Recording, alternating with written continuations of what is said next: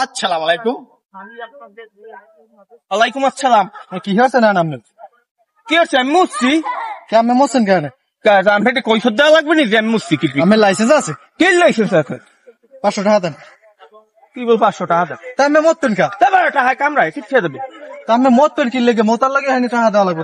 আমার মুতে দিলে আমি মুতবো না। না কা টাকা দেন। কে ছেড়ে দেবে? লাইসেন্স দেন। আপনি কে রাজা আমি টাকা দেওয়া লাগবে? क्या हुआ? क्या हुआ की? मैं मुत हुआ। তা বড় তোর কি মুত হুয়া? তুই টাকা দে, তোর জরিমানা হইছে।